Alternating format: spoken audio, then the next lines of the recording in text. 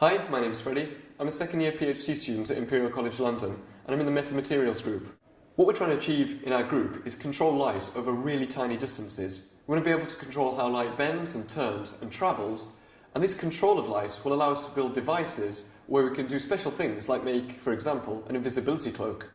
In order to make something invisible, what we can do is wrap an invisibility cloak around an object, and then when the light comes in, instead of the light hitting the object, it gets channeled through the invisibility cloak and out the other end, completely avoiding the object.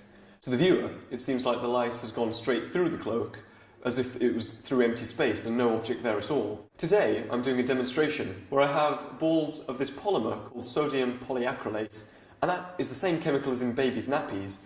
It absorbs 200 times its mass in water, so these things, they swell up, and they're essentially 99% water when they're finished. In this respect, they have the same refractive index as water.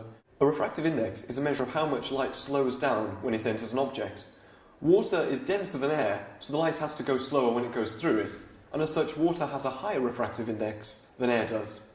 When light moves from a material of one refractive index to another, it has to bend, and it does that based on the difference between the two refractive indexes. If we put these balls in water, then it's moving, instead of from air to water, from water to water, and so there's no change in refractive index, so the light goes straight through and we don't see the balls at all, as if the balls aren't there. Instead, these balls here are in air, so when light goes through them now, they're, instead of passing from water to water, they're passing from air to water, which means that the light has to bend because there's a change in refractive index. So even though the light is going straight through the water, it's bending when it leaves the balls. And as such, it's following this curvy path. So if you want to make yourself invisible, you've got two ways of doing it. You can either be made entirely out of water, which is impractical, or you can come to university and learn how the physics works and bend the light yourself.